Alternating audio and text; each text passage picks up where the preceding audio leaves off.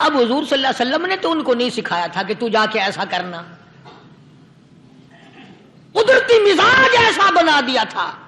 ایک اور موقع ہے مدینے پاک میں، جنگی قیدی اور جگہ سے اسی طرح سے آئے. ایک صحابی ایک اور آدمی کو، جنگی قیدی کو کافر میں گھر لے گیا.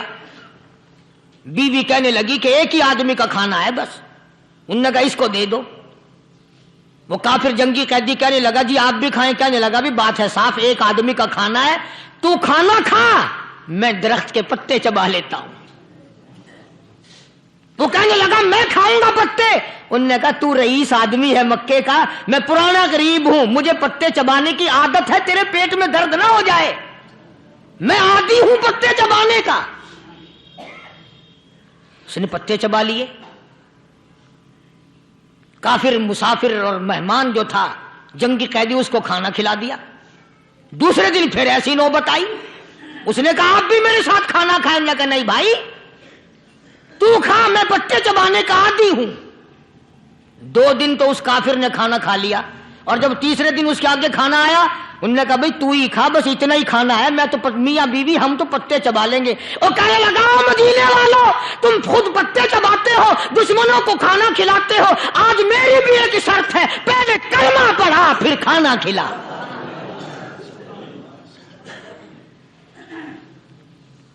آج میری بھی ایک شرط ہے. 2 دن کے عمل نے کفر کو مٹا دیا، اسلام چمک گیا. 2 دن کے عمل نے. میرا تیرا 60 سال کا عمل ہے، کبھی کسی کافر کو مسلمان بنایا؟ الٹے ہی کام، ہر غلط، ہر معاملہ الٹا ہی ہے. ہر آدمی بیزار ہوتا ہے، یار دین تو کچھ نہیں، یار اسلام کچھ نہیں، یارو ایمان کچھ نہیں. اسی کو قرآن کریم نے للکار کے آواز دے کے فرما دیا لوگوں ایسی گڑبڑ نہ کرو ورنہ میں وہ خدا ہوں. فَأَخَذَتْكُمُ الصَّاعِقَةُ وَأَنْتُمْ تَنظُرُونَ. جبریل امین نے ایک چیخ ماری، ساری قوم کے جگر پھٹ گئے. میں وہ خدا ہوں، لا ترکضوا وارجعوا إلى ما أترفتم فيه ومساكنكم لعلكم تسألون. لوگ مکان چھوڑ کے بھاگتے ہیں، ماحول چھوڑ کر بھاگتے ہیں، معاشرہ چھوڑ کر کے بھاگتے ہیں. خدا کہتا آؤ جن مکانوں پہ تمہیں ناز تھا وہ یہ کھڑے بھاگ آ رہے ہو. اسی کو قرآن کریم کہتا ہے ان الذین قالوا ربنا اللہ ثم استقاموا. وہ آدمی جس نے لا الہ الا اللہ محمد الرسول اللہ صلی اللہ علیہ وسلم پڑھا، اللہ کی توحید کا اقرار کر لیا، او میرے مالک تیرے سوا میرا کوئی مشکل کشا نہیں، حاجت روا نہیں، میرے دل کے بھید کو جاننے والا نہیں، میری بگڑی بنانے والا کوئی نہیں، اجڑوں کو بسانے والا کوئی نہیں، کھیتی کو آباد کرنے والا کوئی نہیں، ایک دانے سے سینکڑوں دانے بنانے والا تیرے سوا کوئی نہیں.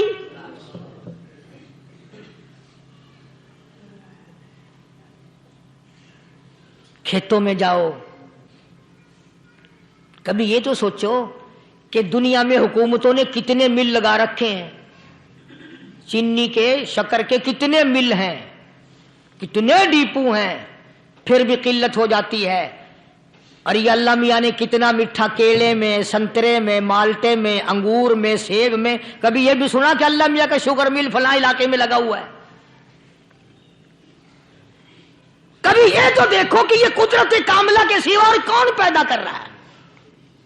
فرمایا جس نے اللہ کی توحید کا اقرار کر لیا، محمد عربی صلی اللہ علیہ وسلم کی ختم نبوت کا اقرار کر لیا، خدا کے بعد خدا کوئی نہیں، مصطفیٰ کے بعد نبی کوئی نہیں. پھر قرآن نے شرط لگائی ثم استقاموا، پھر اس پر جمع رہے، ڈٹا رہے. یوں نہیں کہ کبھی ادھر لڑک گیا کبھی ادھر لڑک گیا. لوگ تو بدل جاتے ہیں، لوگوں کا کیا ہے. پچھلے سال کی بات ہے، یہیں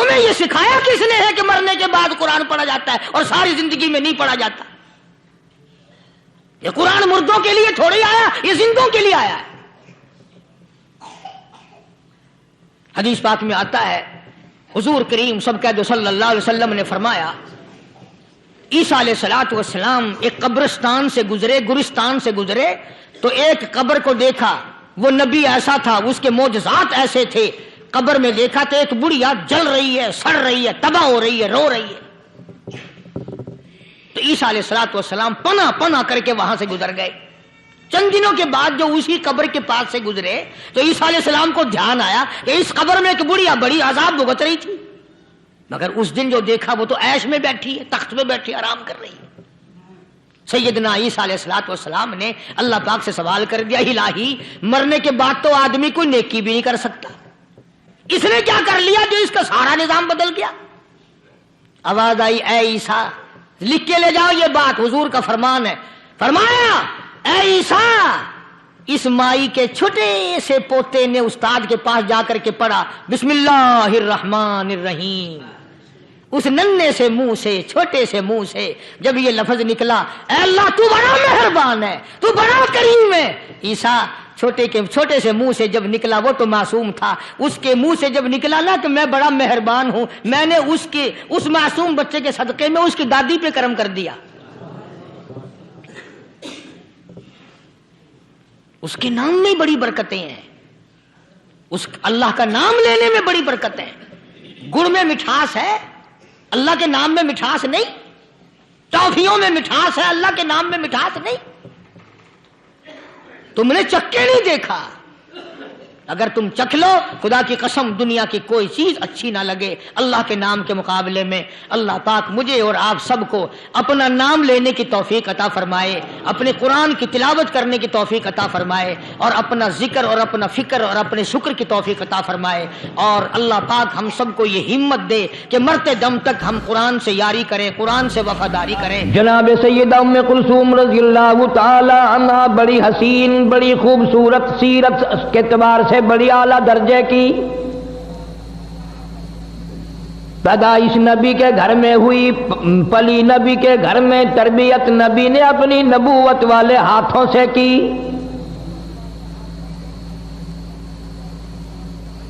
سیدہ خدیجہ رضی اللہ تعالی عنہا کا بہت جلد انتقال ہو گیا،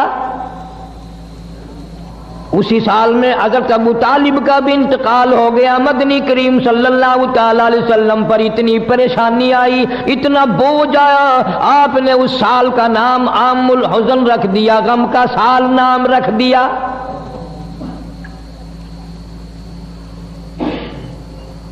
جناب سیدہ ام کلثوم رضی اللہ تعالیٰ عنہا کچھ سیانی ہو گئی، ابو لہب کے بیٹے سے نسبت کر دی، سیدہ رقیہ رضی اللہ تعالیٰ عنہا کی بھی، سیدہ ام کلثوم رضی اللہ تعالیٰ عنہا کی بھی، اپنے چچا ابو لہب کے بیٹوں سے ان دونوں کی منگنی ہو گئی، ان دونوں سے رشتے ہو گئے، اعلان نبوت ہوا۔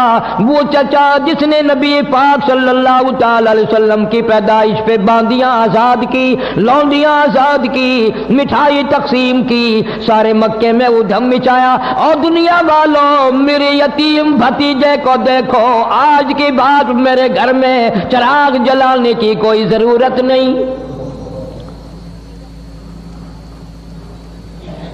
پیدائش کی وقت اتنی محبت کرنے والا، اتنا مسرت کا اظہار کرنے والا، اتنی خوشی منانے والا، جب آپ نے فاران کی چوٹیوں پہ کھڑے ہو کر اعلان فرمایا یا ایھا الناس،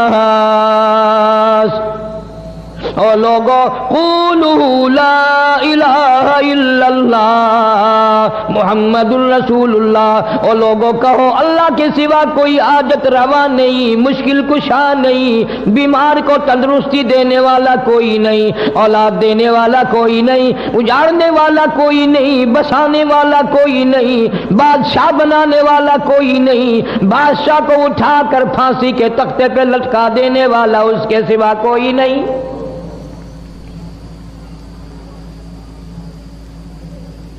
ابو لہب نے اسی وقت سب سے پہلا پتھر مارا چہرے انور پہ۔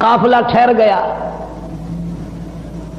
ابو لہب اتنا بڑا دشمن سارے قافلے کے لوگوں کو اکٹھا کر کے کہنے لگا تمہیں معلوم ہے کہ اس مکے کے نبی نے میرے بچے کو بددعا دے رکھی ہے, ہمیں ڈر بڑا ہے, سارے سامان کا ٹیلا سا بناؤ, سارا سامان تجارت کا اکٹھا کر کے ٹبا بناؤ, میرے بچے کو اس کے اوپر سلاؤ, چاروں طرف خود سو جاؤ تاکہ حفاظت ہو جائے. اسے یہ معلوم نہ تھا کس گھر کے ساتھ گستاخی کی ہے, کس گھر کی بے ادبی کی ہے, کس گھر کے ساتھ بے حرمتی کی ہے. اللہ پاک جل شانو نے جنگل کے شیر کو آواز لگا دی, اور جنگل کے شیر میرے محبوب کے دشمن کو ختم کرنا تیری ذمہ داری. کن لوگوں کی میں بات کر رہا ہوں؟ انما یرید اللہ لِيُذْهِبَ عَنْكُمُ الرِّجْسَ أَهْلَ الْبَيْتِ وَيُطَهِّرَكُمْ تَطْهِيرًا. اللہ پاک فرماتے ہیں میں نے اپنے محبوبی کریم صلی اللہ تعالی علیہ وسلم کے سارے گھرانے کو, آپ کے اہل بیت کو برائیوں سے خود بخود دور کر دیا, پاک بنا دیا میں نے ان کو. جنگل کا شیر آتا ہے, حیران کھڑا ہے, پریشان کھڑا ہے, کس طرح شناخت کروں, کس طرح پہچان کروں وہ کون ہے جس نے نبی پاک صلی اللہ علیہ وسلم کی بیٹی کو گالیاں دی ہیں. ظلم نہ ہو جائے, مجھ سے زیادتی نہ ہو جائے. اندازہ لگا کلمہ پڑھنے والا تو مسلمان ہے, جنت کا ٹھیکیدار ہے, بہت بڑا مسلمان بنا پھرتا ہے, قبر کا تجھے پتہ نہیں, حشر کا تجھے پتہ نہیں, پلسرات کا تجھے پتہ نہیں, تو نہ جانے دن میں زبان سے کتنے ظلم کرتا ہے, نہ جانے ہاتھ سے کتنے ظلم ڈھاتا ہے, نہ جانے قلم سے کتنے ظلم کرتا ہے. آج جنگل کا شیر کھڑا کھڑا رو رہا ہے, الہی مجھے پتہ نہیں چل رہا وہ کون گستاخ ہے, کوئی دوسرے کو چیر دوں ظلم نہ ہو جائے.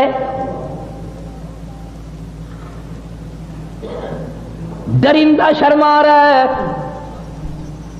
چیر پھاڑ کر کھانے والا جانور شرما رہا ہے, جنگل کا شیر شرما رہا ہے. تو حاجی ہو کر, عالم ہو کر, مسلمان بن کر دوسرے پہ زیادتی کرتے ہوئے تو قبر میں تو چلا گیا پر شرمایا کبھی نہیں.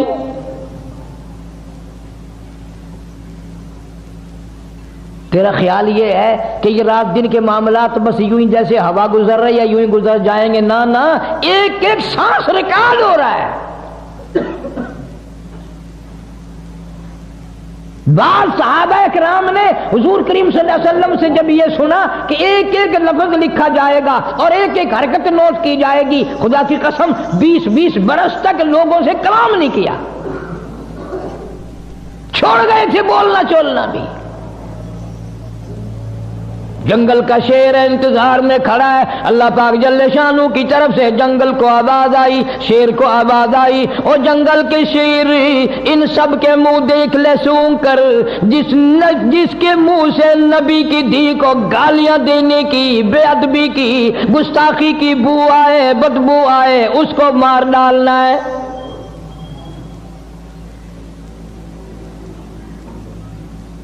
اسے اتنا شعور ہے زیادتی نہ ہو جائے, سب کے منہ سونگتا پھرتا ہے, چاروں طرف سونے والوں کے منہ سونگ بیٹھا, پتہ پھر بھی نہ چلا. پھر حیران الہی کیا کروں, ان میں نہیں ہے. یہ ساری کائنات مالک کی کائنات کے قبضے قدرت میں ہے, اسی لیے فرمایا اللہ لا الہ الا هو الحی القیوم. اللہ پاک جل شانو نے ہوا کو حکم دیا, جلدی کر تو میرے جنگل کے شیر کو لے سمجھا دے, تو بتا دے میرے محبوب کا گستاخ کہاں سویا ہوا ہے.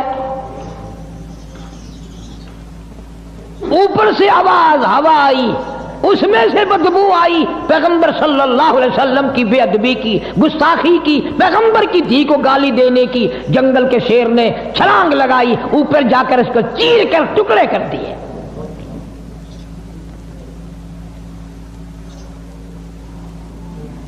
جا اللہ پاک تجھے مدینے پاک کی زیارت نصیب فرمائے. نبی پاک صلی اللہ تعالی علیہ وسلم کے گنبد خضرا پہ جا اور وہاں جا کر پوچھ کیا کالی کملی والے تیرا اس لا الہ الا اللہ محمد الرسول اللہ پہ کیا خرچ ہوا ہے؟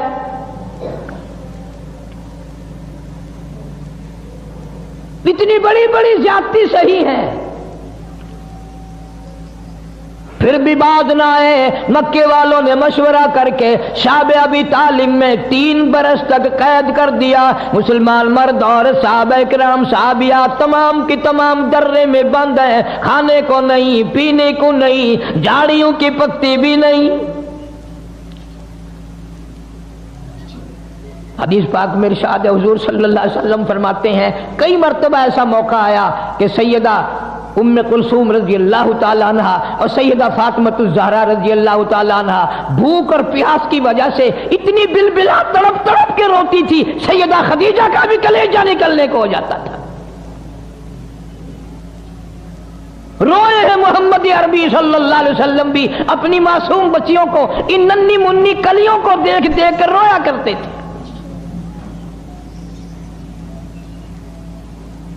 کوئی قتل قتال کا جھگڑا نہیں، کوئی لین دین کا جھگڑا نہیں، جھگڑا صرف یہ ہے کہ یہ ایک اللہ کو کیوں مانتے ہیں، سارا نظام ایک اللہ کے بارے میں کیوں کہتے ہیں کہ وہی چلاتا ہے.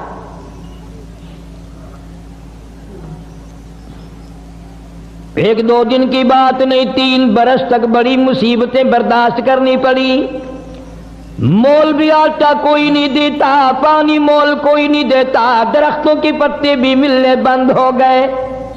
اللہ اکبر. اللہ امام الانبیاء محبوب کبریا حضرت محمد مصطفیٰ صلی اللہ تعالی علیہ وسلم فرماتے ہیں میں نے اپنی بچیوں کو دیکھا وہ بھی بیٹھے رو رہی ہیں، سیدہ خدیجہ رضی اللہ تعالی عنہا بھی رو رہی ہیں. میں نے ان سب پوچھا ان سب سے رونے کا، سیدہ خدیجہ کی بھی آواز نہ نکل سکی اور کہنے لگی کالی کملی والے بڑی مکے کی میں دولت مند عورت تھی، میں مشہور تاجرہ تھی، بڑا مال تھا، بڑا کاروبار تھا، بڑا دھندا تھا، بڑا روپیہ پیسہ تھا، بڑا سونا چاندی تھا، پر مجھے کوئی پشیمانی نہیں، خوش ہوں. تمام کا تمام میرا لا الہ الا اللہ محمد الرسول اللہ پہ خرچ ہو گیا.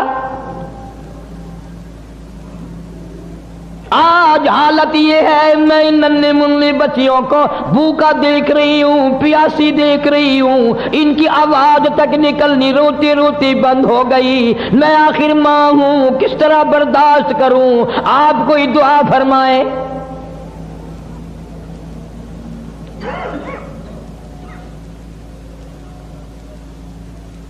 تین سال کے عرصے کے بعد سیدہ خدیجہ رضی اللہ تعالی عنہا کے بھتیجے کو پتا چلا کہ میری بوا میری پھوپھی خدیجہ اتنی بیمار ہے، اتنی بھوکی ہے، اتنی پیاسی ہے کہ آج کل میں اس کا دم نکلنے والا ہے. باوجود کفر کے، رشتہ دارانہ قرابت کے، مدنی کریم صلی اللہ علیہ وسلم نے روتے ہوئے فرمایا او مکے والوں چلو ہمارا تمہارا توحید باری تعالیٰ میں جھگڑا ہے، کلمے کی وجہ سے جھگڑا ہے، لیکن یہ ہمارے بچے، یہ ہماری بچیاں، تم قریش کے خاندان کے ہو، عرب کے باشندے ہو، تم تو فخر کیا کرتے تھے مہمان نوازی پہ، ان بچوں کو تڑپتے ہوئے دیکھ کر مذاق کرتے ہو.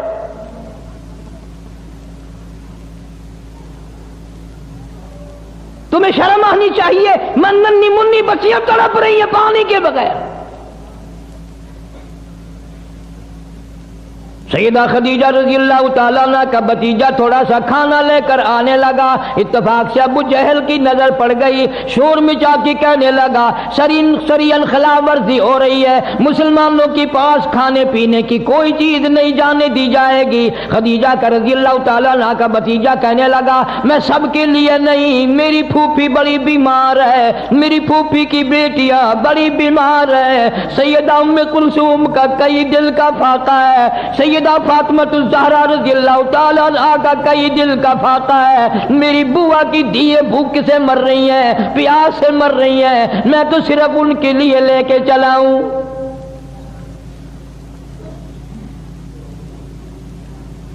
شکر ہے اس زمانے کے لوگ بعد موقع پر کفر و کافر ہونے کے باوجود بھی صلہ رحمی قرابت داری کو جوش مارتی تھی. ارے آج دیکھ لو، بھائی کھا رہا ہے بہن دیکھ رہی ہے، بہن کھا رہی ہے بھائی دیکھ رہا ہے، اس کے بچے مر رہے ہیں اسے پرواہ نہیں، اس کے بچے مر رہے ہیں اسے پرواہ نہیں. ابو جہل نے اپنا قبیلہ بلا لیا. ادھر سے کہ دوسرا آدمی آیا، اس نے بھی اپنا قبیلہ بلا لیا. ابو جہل کہنے لگا ہرگز نہیں جا سکے گا، کھانے کا لقمہ تو کیا پانی کی بوند نہیں مسلمانوں کے پاس جا سکے گی. اسے غصہ آیا، اس نے اونٹ کی ہڈی اٹھا کر ابو جہل کے سر میں دے ماری.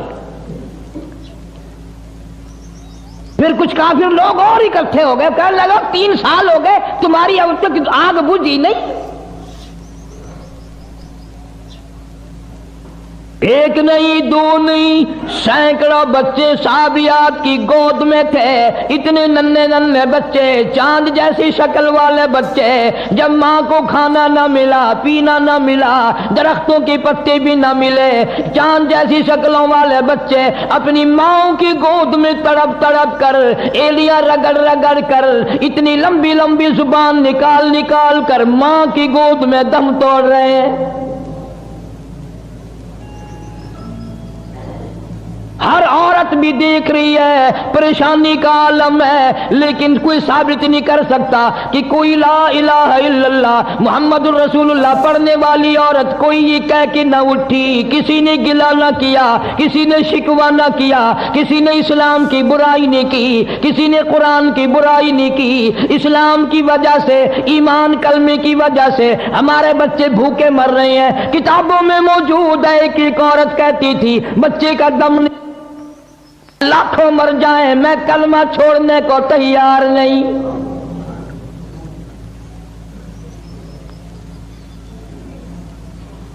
ہم رات دن میں کئی مرتبہ چھوڑ دیتے ہیں، جب بے ایمانی کرنے کا موقع ملے گا جب ہی چھوڑ دیں گے. سیدہ ام کلثوم رضی اللہ تعالی عنہا مکے میں تھی، ہجرت کر کے حضور صلی اللہ علیہ وسلم مدینہ منورہ میں تشریف لے گئے. زید بن حارث رضی اللہ تعالیٰ عنہ کو حضور صلی اللہ علیہ وسلم نے بھیجا، بعد میں جاؤ مکے سے میرے اہل و عیال کو، میرے بچوں کو لے آؤ. مدینے میں آ پہنچی، میدان بدر آ گیا. سیدہ رقیہ رضی اللہ تعالیٰ عنہ پیغمبر کی اس سے بڑی بیٹی جو حضرت عثمان رضی اللہ تعالیٰ عنہ کے نکاح میں تھی. ہجرت سے پہلے حبشے کی طرف حضرت عثمان نے جب ہجرت کی تو سیدہ رقیہ رضی اللہ تعالیٰ عنہ ساتھ تھی، اور آپ نے مکے سے میلوں باہر نکل کر رخصت فرمایا اور یوں فرمایا عثمان، حضرت ابراہیم علیہ السلام اور لوط علیہ السلام کے بعد تو پہلا آدمی ہے جو ایمان اسلام کے لیے بمع بیوی کے ہجرت کر رہا ہے.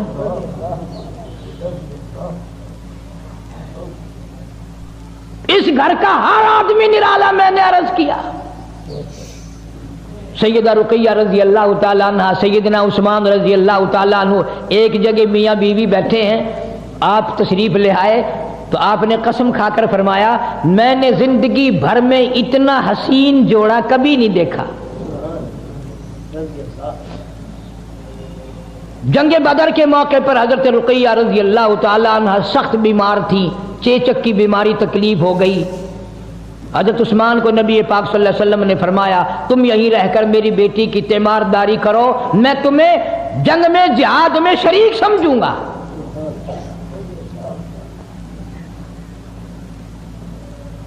کتابوں میں آتا ہے کہ جب جنگ بدر سے حضور صلی اللہ علیہ وسلم واپس تشریف لائے تو جنت البقیع میں قبر کے کنارے پر حضرت رقیہ رضی اللہ تعالیٰ عنہ کا جنازہ رکھا ہوا تھا. بعد میں مدنی کریم صلی اللہ تعالی علیہ وسلم جب بھی حضرت عثمان پر نظر پڑتی رضی اللہ تعالیٰ عنہ روتے نظر آتے، پریشان حال نظر آتے. آپ نے پوچھ لیا میرے عثمان تو نے رو رو کر اپنا کیا حال کر لیا، تو اتنا غمزدہ کیوں ہے، تو اتنا پریشان کیوں رہتا ہے؟ حضرت عثمان نے عرض کیا میرے آقا حضرت محمد الرسول اللہ صلی اللہ تعالی علیہ وسلم آپ کی لخت جگر